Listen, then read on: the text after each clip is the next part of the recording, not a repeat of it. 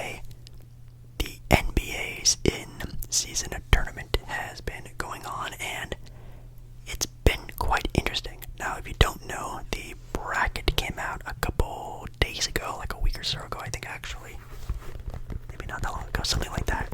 And they had the first two rounds with the Lakers playing the Phoenix Suns, the Kings playing the Pelicans, and for the East Coast, we had the Knicks playing the Bucks, and the Indiana Pacers taking on the Boston Celtics, which a lot of interesting things did go down. We had, first of all, the big major upset of the Indiana Pacers taking out maybe one of the top teams for being a contender for the NBA championship at the end of the year.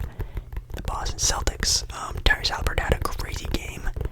Big ups to Indiana, man. They are getting, first of all, they're getting a lot of bandwagon fans. I've been seeing a lot of comments and push for them on Twitter and stuff like that. Indiana's getting a big push in popularity, so definitely I guess jump on the Indiana bandwagon if you're, I don't know, looking for a new team to watch if your team sucks, or looking for a new favorite player. Tyrese Haliburton is a really good one to latch onto this early in their / the Pacers' careers right now in this new era of basketball.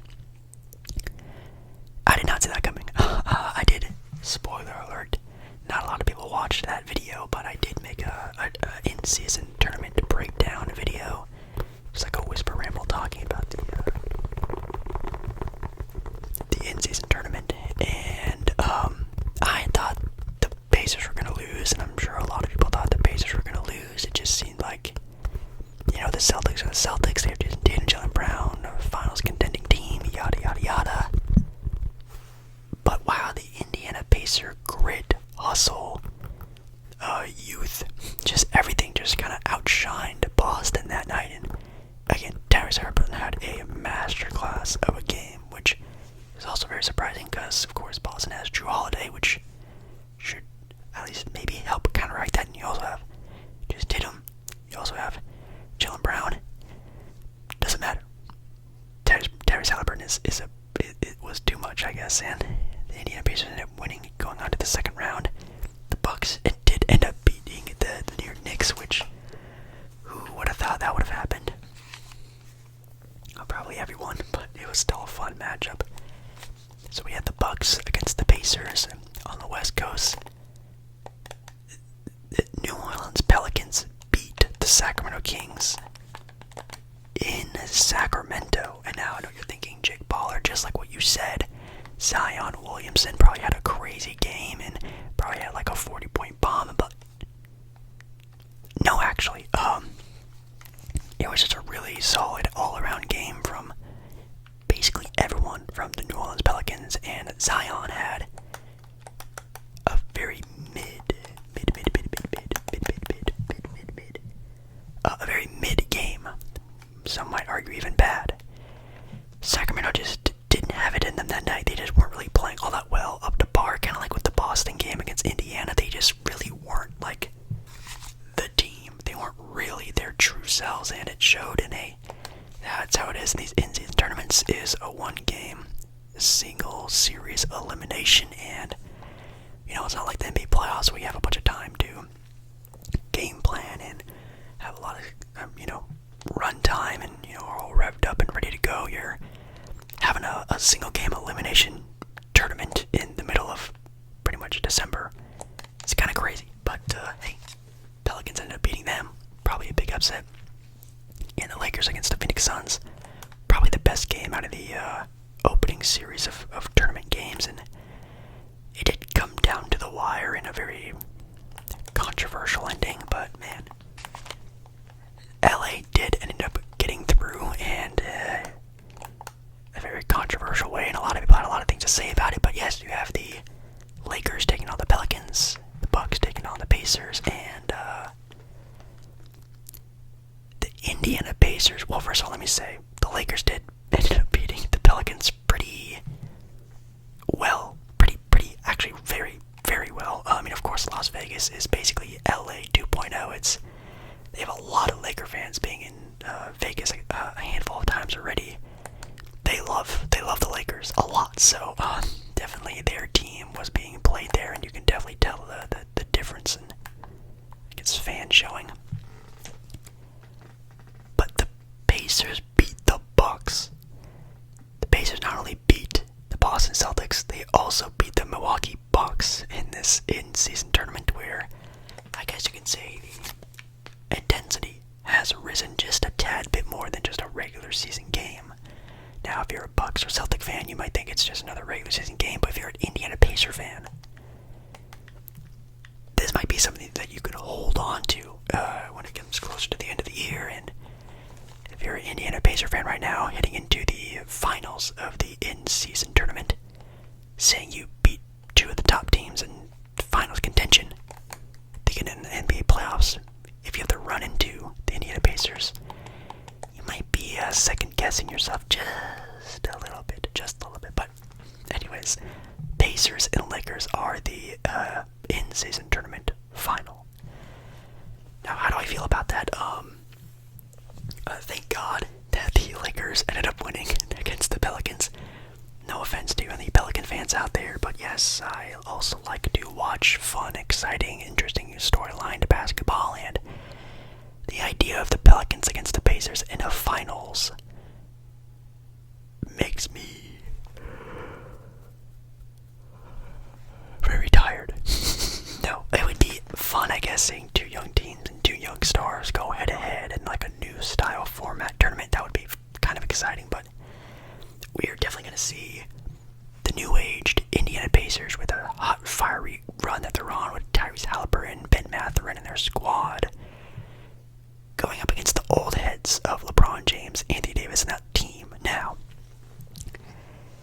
I don't know why, but I feel like already I can see this being a lose-lose situation for the Los Angeles Lakers. Now, for the Indiana Pacers, they've already won. The Indiana Pacers either win their first ever in-season tournament, have a big sort of jump in expectation and success, and everyone has their eyes on them, and they're already looking way better than what they all expected, or they lose to a team they're supposed to lose to and still get all the praise, love, and success for going the way they did.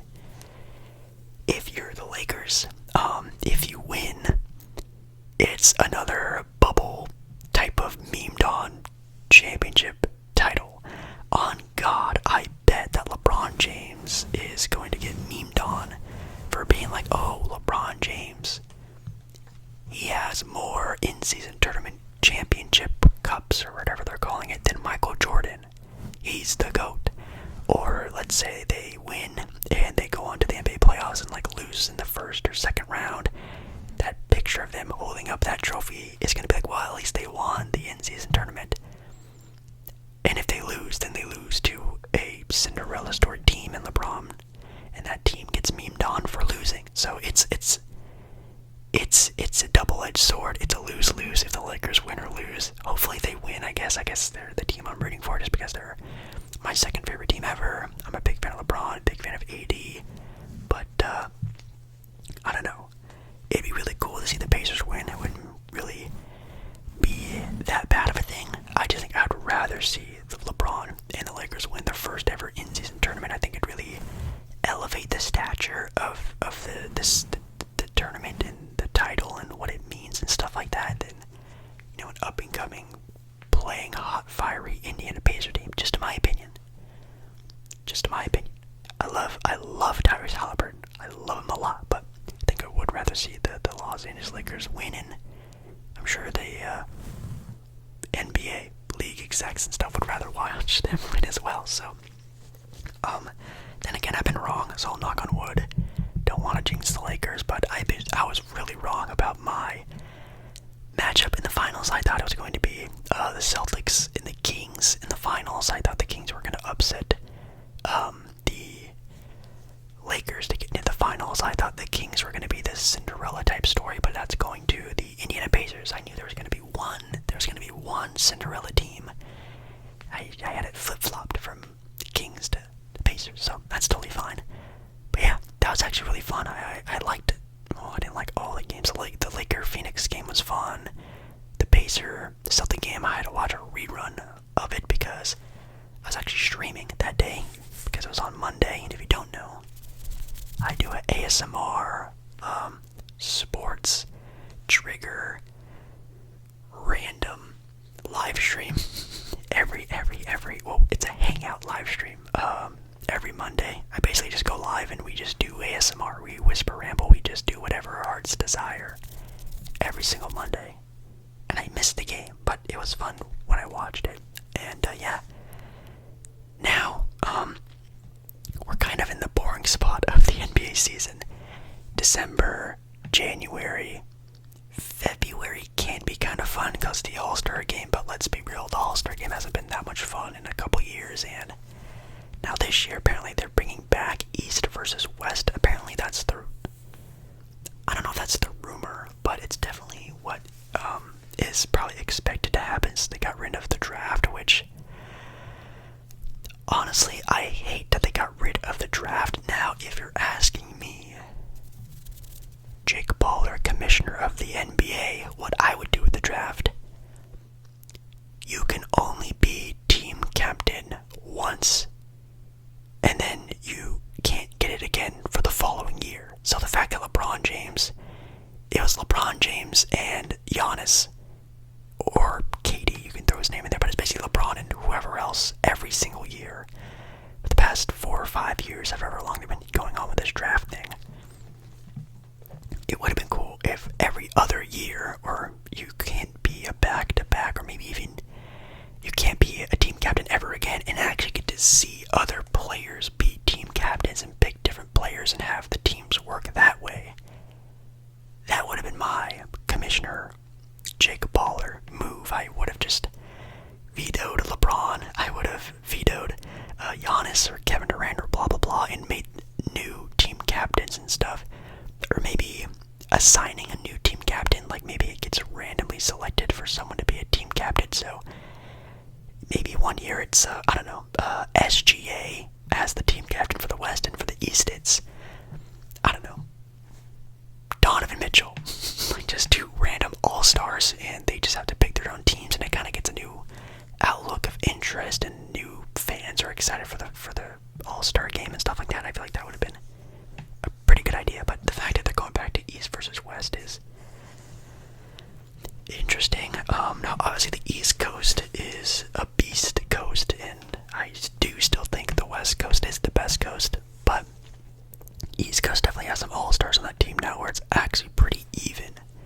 For all-stars, they can kind of go tit for tat with the West Coast, but is it still going to be like a super competitive game? I don't think so, because I really do still think that the West Coast just is still just stacked. Like the West Coast, even just this season, got Kevin Durant, got Bradley Beal, the rise of SGA recently. They still have Luka. They have the MVP and Jokic. They have the King and LeBron. I guess the East did get Dame, which is nice. I mean, God, even the rise of like Anthony Edwards and the defensive capability back of Rudy Gobert. Like, dude, the West Coast is like, the Western Conference is still stacked. So I still think the West is gonna win. I'm not gonna say it's gonna be like a throttle like it used to be back in the day, but trust me, that's gonna be quite interesting. But anyways, NBA is gonna be a little boring from here on out, which I guess is bound to happen. Upcoming games though that I'm kind of excited. Oh, actually, let's take a look at the standings first of the NBA. Just going in kind of a fast order. For the Eastern Conference, we have the Celtics 1, Bucks 2, Orlando Magic 3. Oh my God. Philadelphia 76ers 4, New York Knicks 5, Pacers 6, Miami Heat 7, Cleveland Cavaliers 8, Brooklyn Nets 9, Atlanta Hawks 10, Toronto Raptors 11, Chicago Bulls 12, Charlotte Hornets 13th, Washington Wizards 14th, and in dead last 2-19, the Detroit Pistons. Oh God. I mean, of course, the Orlando Magic is the big one that steps out. Only 1.5 games back of being the number 1 seeded team in the NBA's Eastern Conference. Very interesting. At a record of 14-7. How do I feel about the Orlando Magic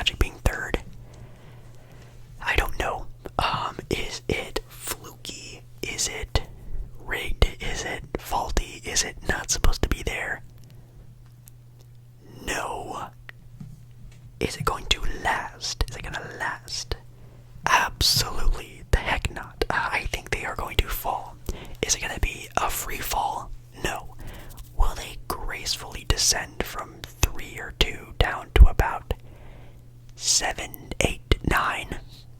Possibly yes. Of course, it's still very early on in the NBA season, and their team has a lot of fresh young legs, which could carry into the end of the season. But I mean, once those playoff veteran teams start to lock into the playoffs, it's gonna get real bumpy for teams like them and probably another team we're gonna talk about soon that really just aren't prepared for, carrying this type of success for an entire season plus the playoffs.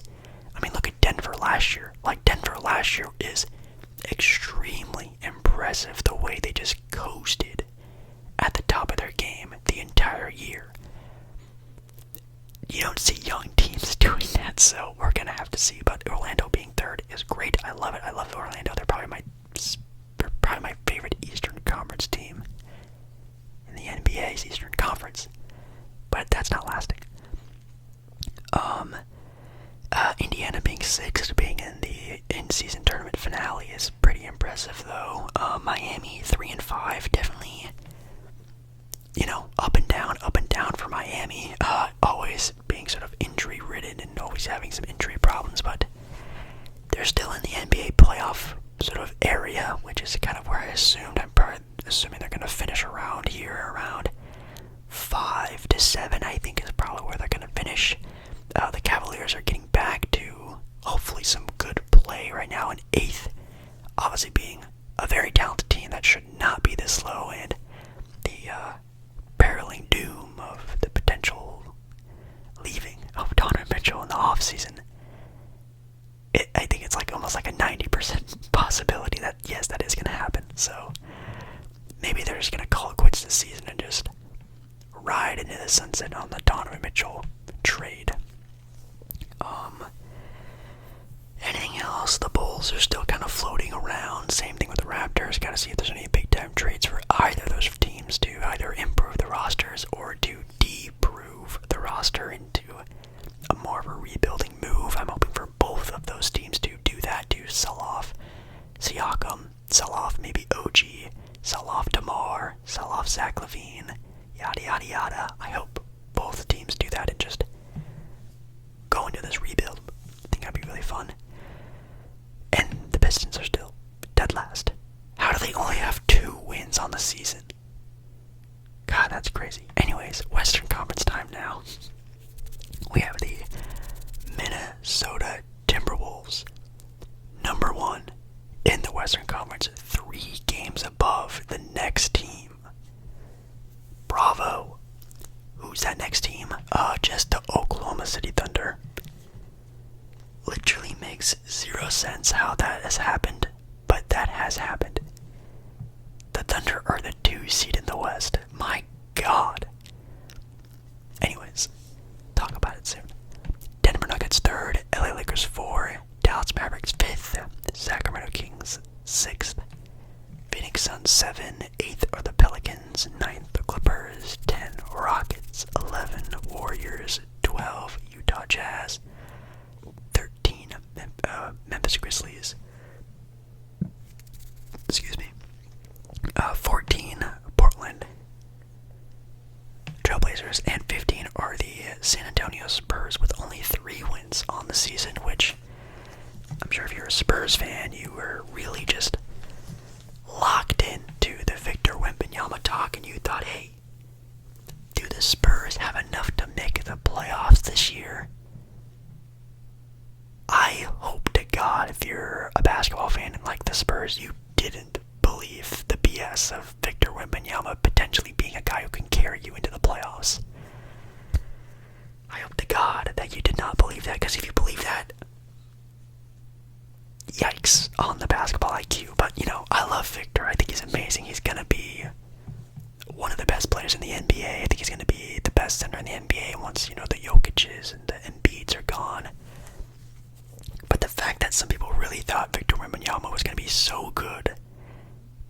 Spurs would make the playoffs this year is insane. Anyways, yeah, the Thunder are second in the West, which, again, I'm not really comparing them too much to the Orlando Magic of the East, but they're super talented. Like, they're uber talented. Of course, that team is crazy good. But again, like I just stated, it's really rare that young, up-and-coming teams that don't really have a lot of veteran leadership really coast their way into an entire season at this level. Could they? Yes. Is it impossible? Definitely not. Would it surprise me? For sure. But this team is still also just like, they have a star, they have all-star players around the star, they have defense, they have offense. They're not super deep, but they have some depth.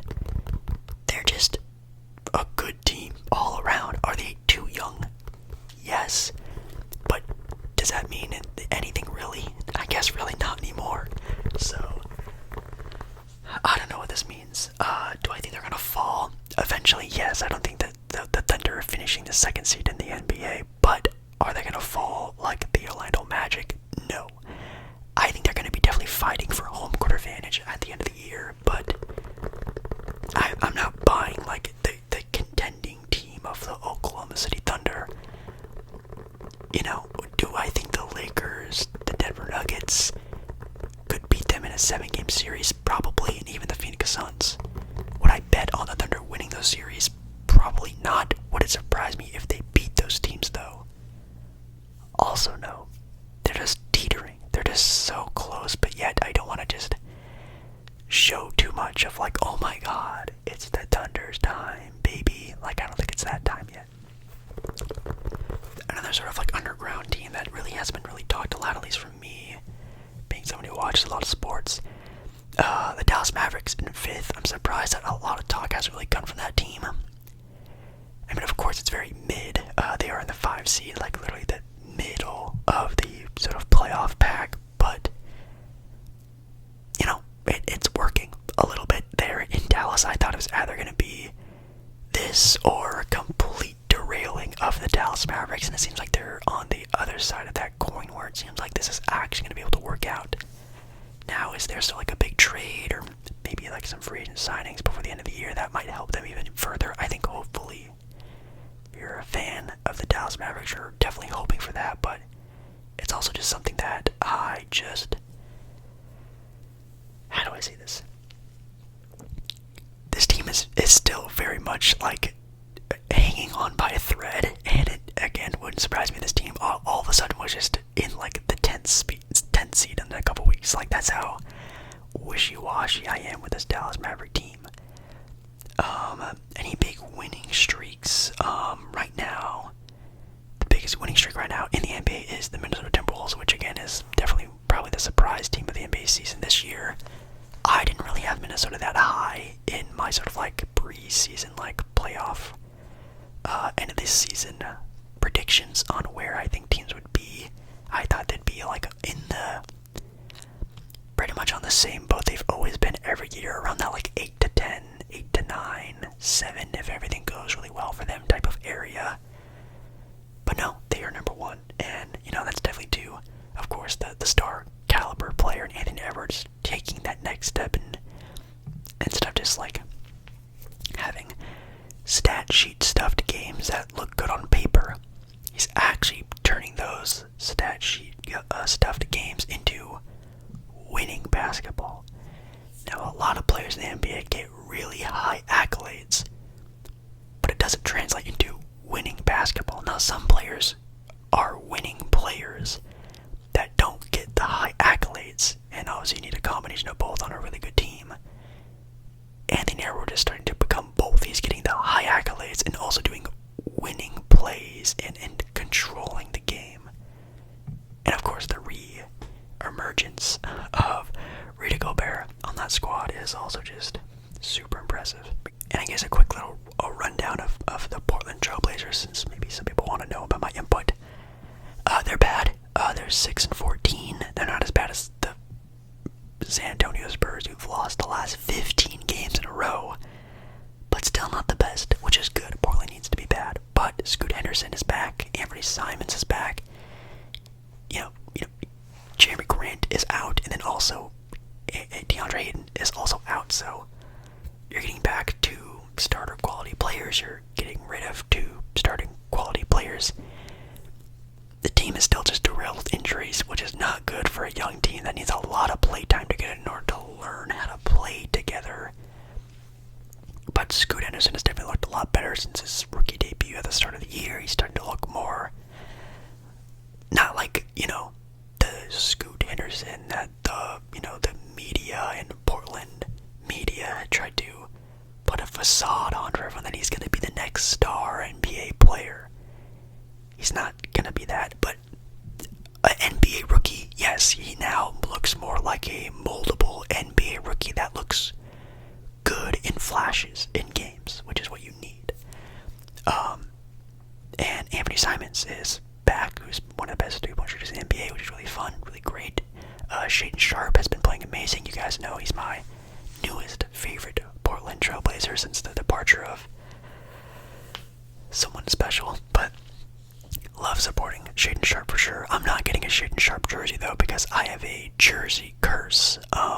So every time I get a jersey of a player on my team, they either leave, get traded, or get severely injured. And obviously it's happened with Brandon Roy, it happened with Greg Oden, it happened with Damian Lillard. I am not getting a jersey ever again in my life.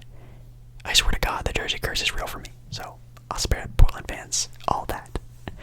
But yeah, the NBA is in its mid-season form, I guess if you want to really call it that, and it's going to get kind of quiet here for the NBA for quite some time. Dang. I hate the NBA in January. It's so boring. Nothing really going on. But hopefully it's some fun, and then of course you have the All-Star break, trade deadline, all that fun stuff, so I'm really excited about it. Is there anything else? I can really think about how long I've been recording for already. I usually have a timer that I have set that I can see how long it's been, but today I'm kind of just freelancing. I'm just gonna whisper rambling to see what I want to talk about. Oh yeah, usually in these NBA whisper rambles, I talk about like an article or talk about some things that, maybe, I don't know, that's interesting, or find an article that's kind of nice. I guess I can just look through some of like the articles on the NBA's Bleacher Report like feed and maybe just look over them. Like this first one here is tension in Bucks locker room. Bobby Portis challenge head coach to be better after first loss. What do you mean after its first loss? They've lost a couple games. Anyways, apparently Bobby Portis is not being very friendly with the newest head coach, Adrian Griffin, who I think also was the reason why their other head assistant coach, Terry Stotts, quit. he just quit. He didn't get fired. He didn't, this or that. He just quit because he just, I guess, didn't really like how the coaching staff was being, and he just left. It seems like Bobby Portis is also turning on Adrian Griffin as well, which, for a first-time head coach, you're already having a lot of problems. Adrian Griffin really needs to, look inwards and say, hey, maybe I'm the problem. I don't know. NBA waiting on Mitchell trade. League has its eyes on whether Knicks take a swing at Donovan Mitchell.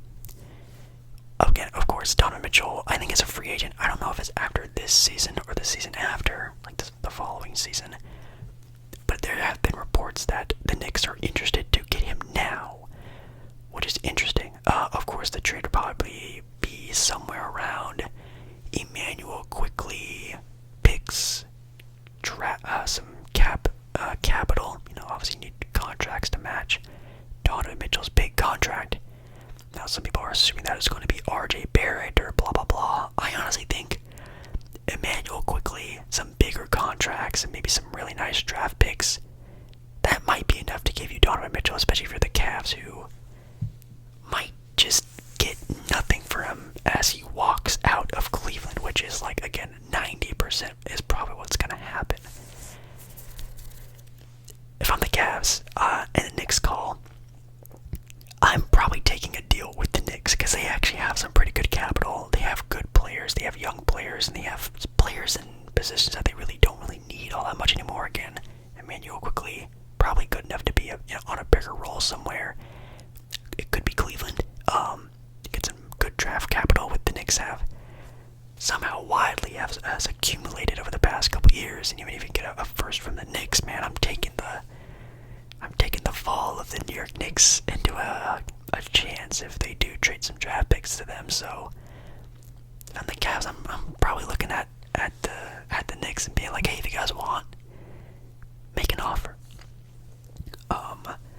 Some other ones, Bulls want to keep Caruso if the trades do start to fall. Minimal interest in injured Zach LaVine from rival execs. Ooh. Interesting. Wow, yeah, that's right. There was such a big buzz around the Chicago Bulls and the trading of DeMar, the trading of Zach, Caruso, blah, blah, blah. Who is going to leave that team and this and that. It's been very quiet in Chicago, and it's probably because, again, of course, the season is still not even in February yet when the trade deadline is, so I think it's the calm before the storm of the Chicago Bulls' eventual big red button. And if you don't know what the big red button is, it's the big red button that the Portland Trailblazers pressed a couple years ago. They just get rid of everyone and start over, so I think that's going to happen in Chicago sometime soon. If you're a Chicago Bulls fan, you probably wish this would happen last year to try to get Victor Wembanyama, but this is still a good move for Chicago. It's been long overdue. They've been extremely mid since the injury and the leaving of Derrick Rose, and that team just really needs a new star on the team. Of course, when Jimmy Butler was there, that was kind of fun, but ever since I guess you want to call it the Zach LaVine era, it's been pretty dull, so they definitely need to go for another higher upside guy, and it's not Zach, it's not DeMar, it's not anyone on that roster. They need to go through the draft a couple times, I think, to find that guy. Anything else? Bidding interest on expansion teams. That's kind of nice. Yeah, apparently LeBron James is trying to be like the first guy who's going to be owning one of the newer expansion teams, which I guess they might wait until he's retired to announce the expansion, because I'm sure the NBA also really wants LeBron James to own a team. I think that'll be... I'm sure they're in cahoots with each other. I'm sure they have a shake, hush-hush deal that whenever I retire, I want the first expansion team, so don't expect an expansion of the NBA till LeBron James retires, and if it's Seattle or Vegas or, I don't know, Kentucky, somewhere random like that, Louisville, don't expect it to be until LeBron retires. Lowry will retire with the Raptors. Kyle Lowry plans to finish his career in Toronto. That's interesting because he's, obviously on Miami right now, so it's pretty funny. Interesting. Yeah, I think that's pretty normal. Celtics are going to be active in the trade market. Executives call DeMar DeRozan a perfect fit for the Miami Heat. I wonder if you can trade to get him. I actually have no idea. More Harden and Philadelphia 76er beef. Move on to the next sport, but basketball. Kind of fun. Kind of the same old.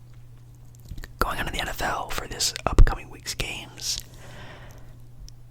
I'm going to go through all of them because it usually doesn't take me too long to do this because I just rapid fire them. Coming up first, we have the Buccaneers going up against the Falcons. Maybe I won't go through them all, but I'll just talk about my favorite ones. This game, don't really care about. It's a toss-up game. Don't really care about. To be honest, I guess the money line for who will win the game is a lot of people are betting on the Buccaneers to win this game.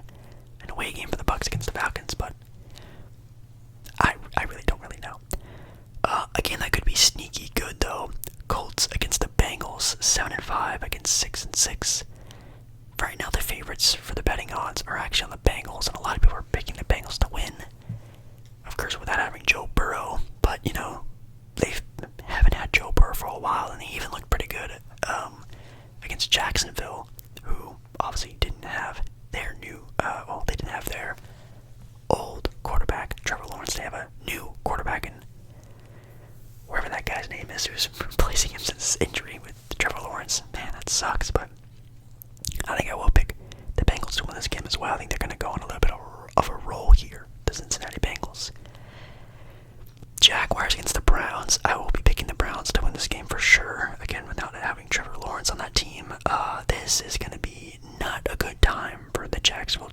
fans.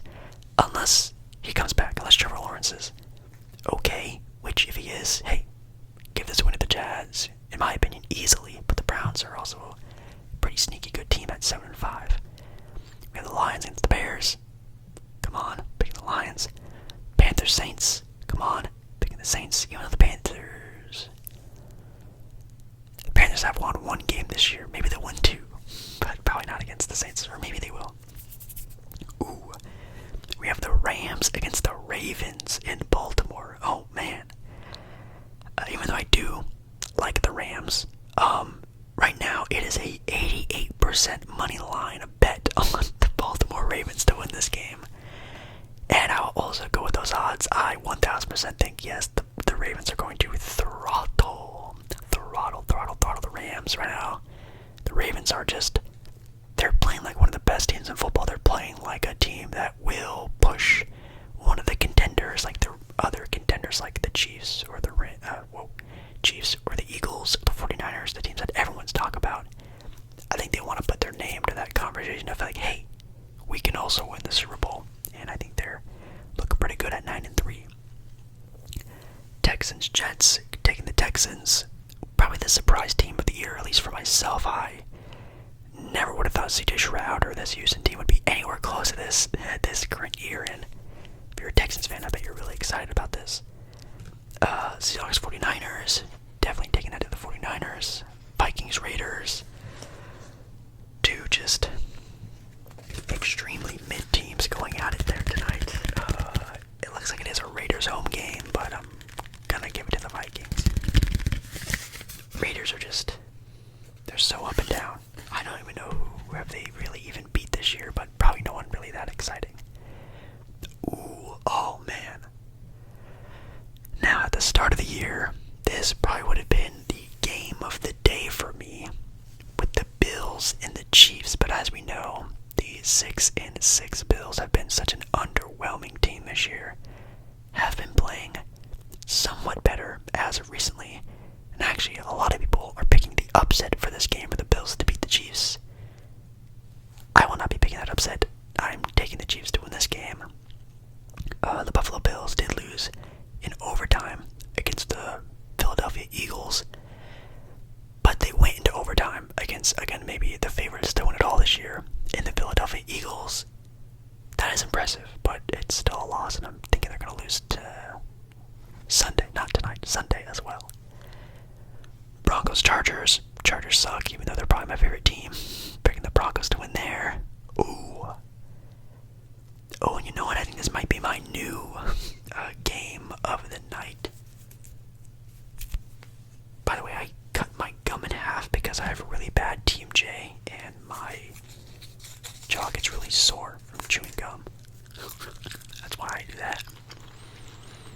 We have the Eagles against the Cowboys. Oh man.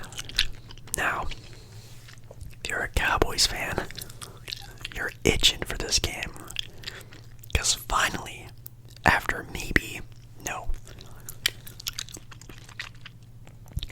definitely having the easiest schedule in maybe the entire NFL, you're finally playing one of the teams of the NFL and the Eagles. They also have next up Buffalo, Dallas, Detroit. 3 weeks in a row after this game. This stretch will really test if the Dallas Cowboys are legit. And I think if you're a Dallas Cowboy fan, you have to be ready for this, because this is either going to make or break your year. They go on this run against these 4 playoff contending rated teams, and they absolutely get smoked by them all. That'd be funny, but yikes. Or they go out, compete very well, and win a couple of these 4 next games. I think this could really be, the true, okay, we actually aren't just a team that's picking up easy wins against these whatever teams. Are actually competitive. But I don't think it's going to happen. I think they lose against the Eagles. The Eagles are just, in my opinion,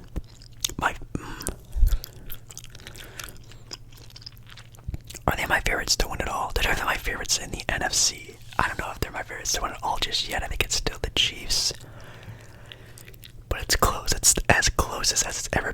to say it. I think the Eagles are my favorites to win it all, but I think this will be a fun game, but I still don't think it's the Cowboys' time yet.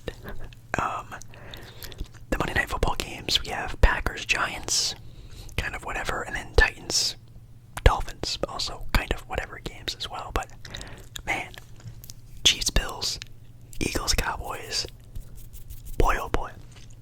Then my sneaky fun game would probably be the Colts and the Bengals, maybe the Browns and the Jaguars as well, but definitely Sunday night is going to be a great time to watch some football, that's for dang sure. And when it comes to the standings, the Dolphins are top of the AFC East. AFC North, we have the Ravens. AFC South, the Jaguars. And the AFC West, of course, are the Kansas City Chiefs. The NFC East, we have the Eagles. The NFC North, we have the Lions. The NFC South, we have the Falcons, which I guess they're going to make the playoffs. Kind of funny. And in the NFC West, we have the 49ers. And for the conferences, looking about right. It looks like the Packers might be a team that might sneak into the playoffs this year as well as a wild card spot. And then the AFC, the Texans and the Colts are looking for teams to sneak into the playoffs as well, with the Steelers just on the outside looking in. In my opinion, I think I'd rather see the Steelers in there than the Colts. No offense. I think I just rather would, but I don't know, man. It's crazy we might have a year in the playoffs without the Bills or the Bengals. The Seahawks even, which is kind of surprising. The Packers might make the playoffs. It's not a season that I really would have expected from the NFL, but it's been really fun to watch. I'm not gonna lie, it's been very fun to watch. Anything else we can talk about? Some football, some other kind of football. Things that people wanted me to talk about a little bit. Well, today, actually, as you guys are watching this, if you're watching this sort of live right now, take a look at maybe some Premier League. Oh, there's actually no games. I thought there was. The last games were actually played on Thursday. I think Thursday. West Ham actually beat Tottenham, which is actually pretty impressive. And Everton smashed Newcastle 3-0. Pretty nice, but yeah.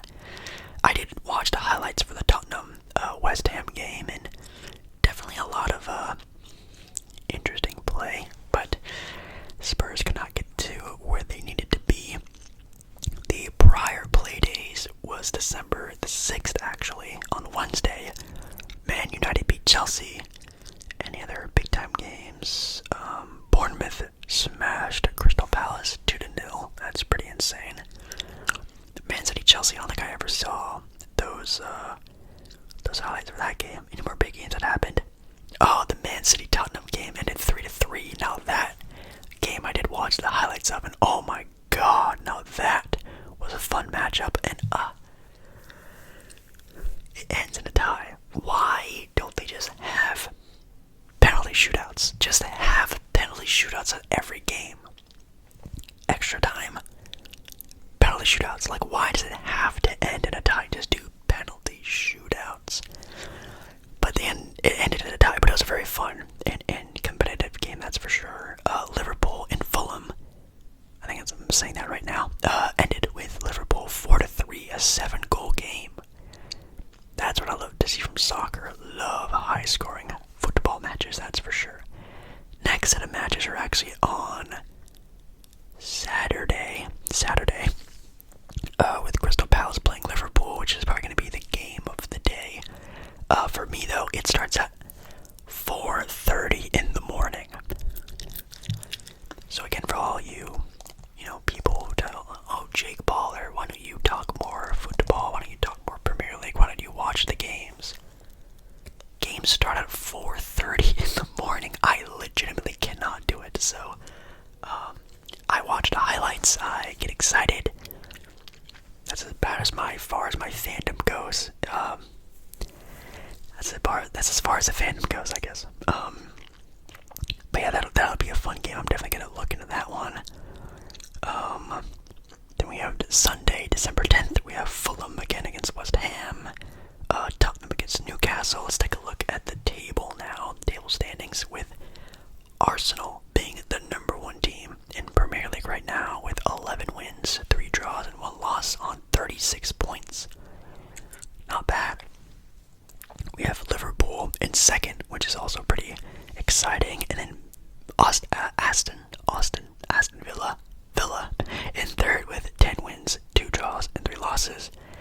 Then you have Man City with 9 wins, which, I mean, after their dominant win in everything, basically last year, that being Man City, kind of makes sense that they're having a little bit more of a mid sort of season here, but still some fun play going on over there with Tottenham being 5, Man City 6.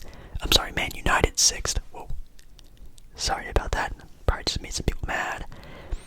West Ham 9, Chelsea 10, Crystal Palace 14th, and some teams down there in regulation, which I think would be kind of funny if they had that in more sports, to be honest.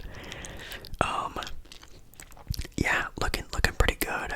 Some other people were talking about maybe me being a little bit more, into the other leagues around the world, which, obviously there's like the Liga, there's the Liga, there's Bundesliga, there's a couple of other ones that I remember from the top of my head from playing FIFA for many years, but I don't know, they're kind of hard to like really follow. There's Serie A, I think that's right, or I think it's Serie A, right? I know it's spelled like Serie A, but it's Serie A.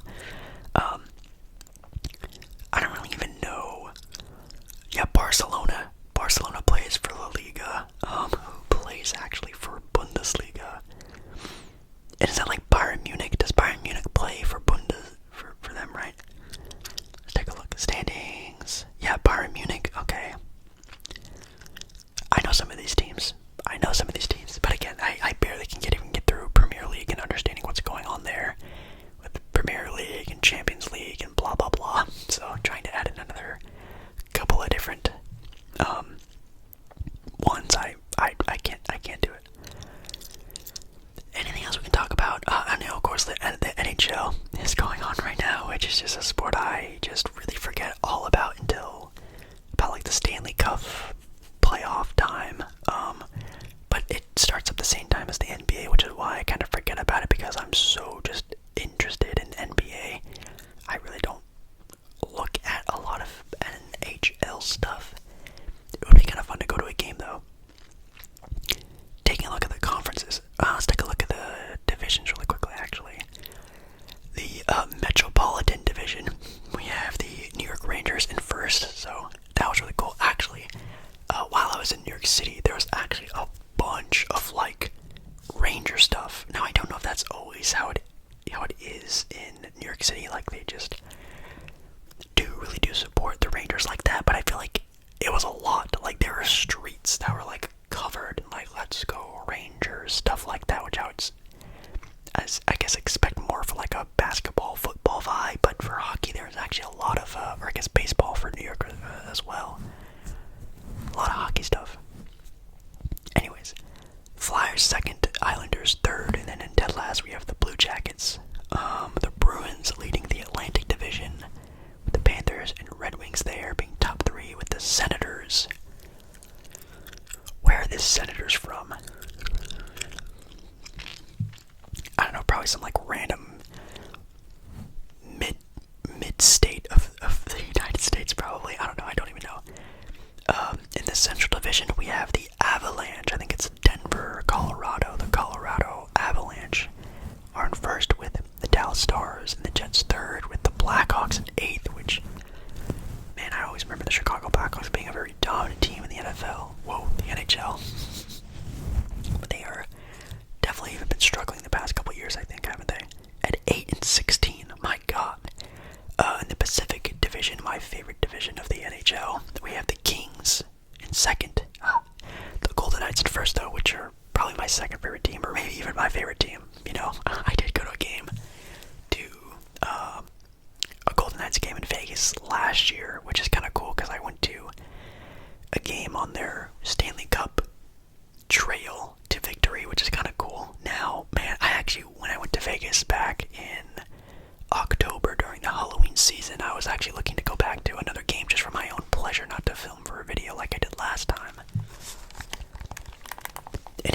$100 extra just because they won the Stanley Cup last year.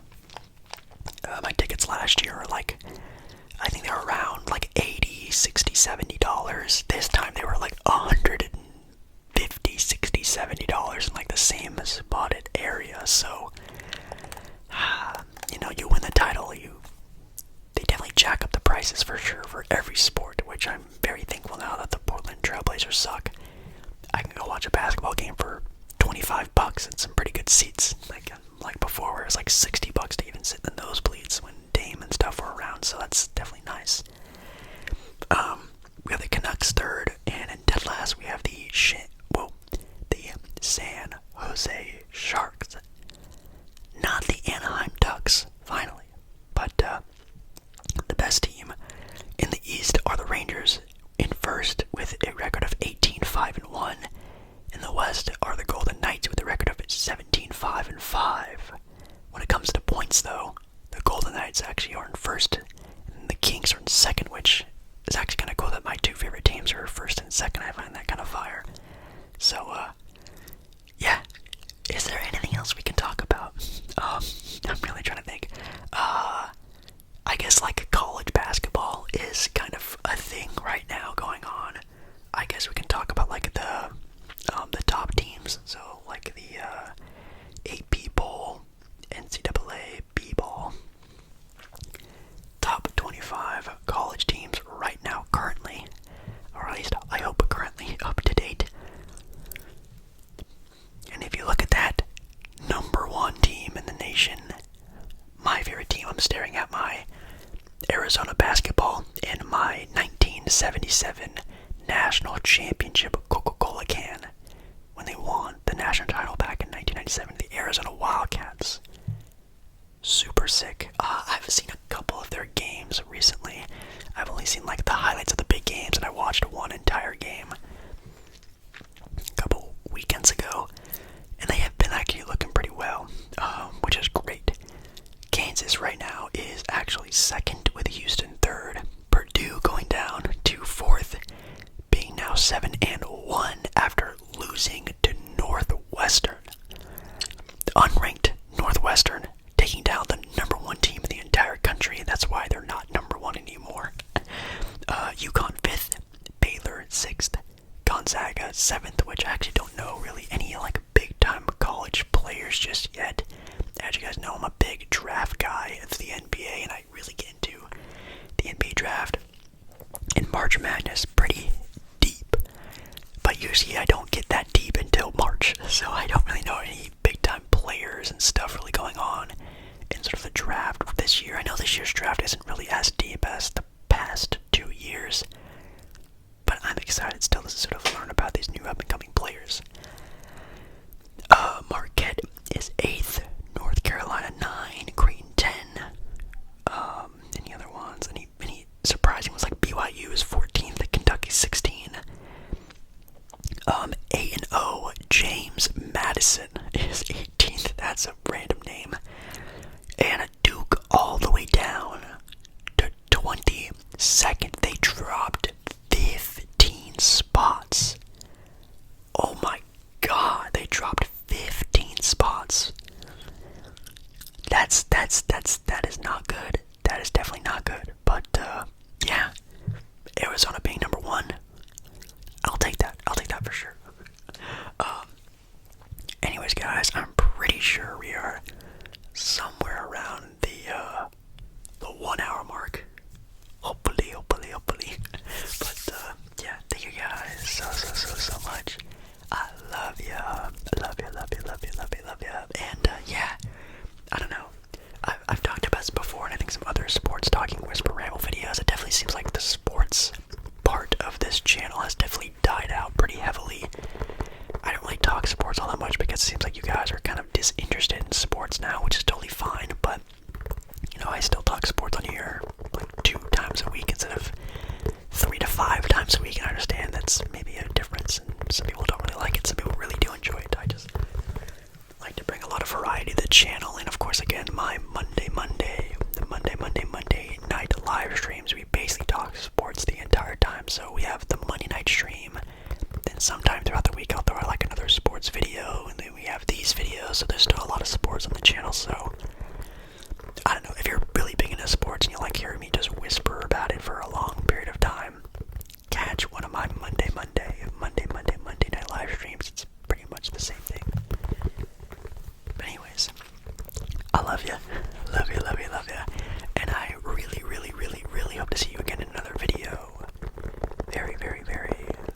see you.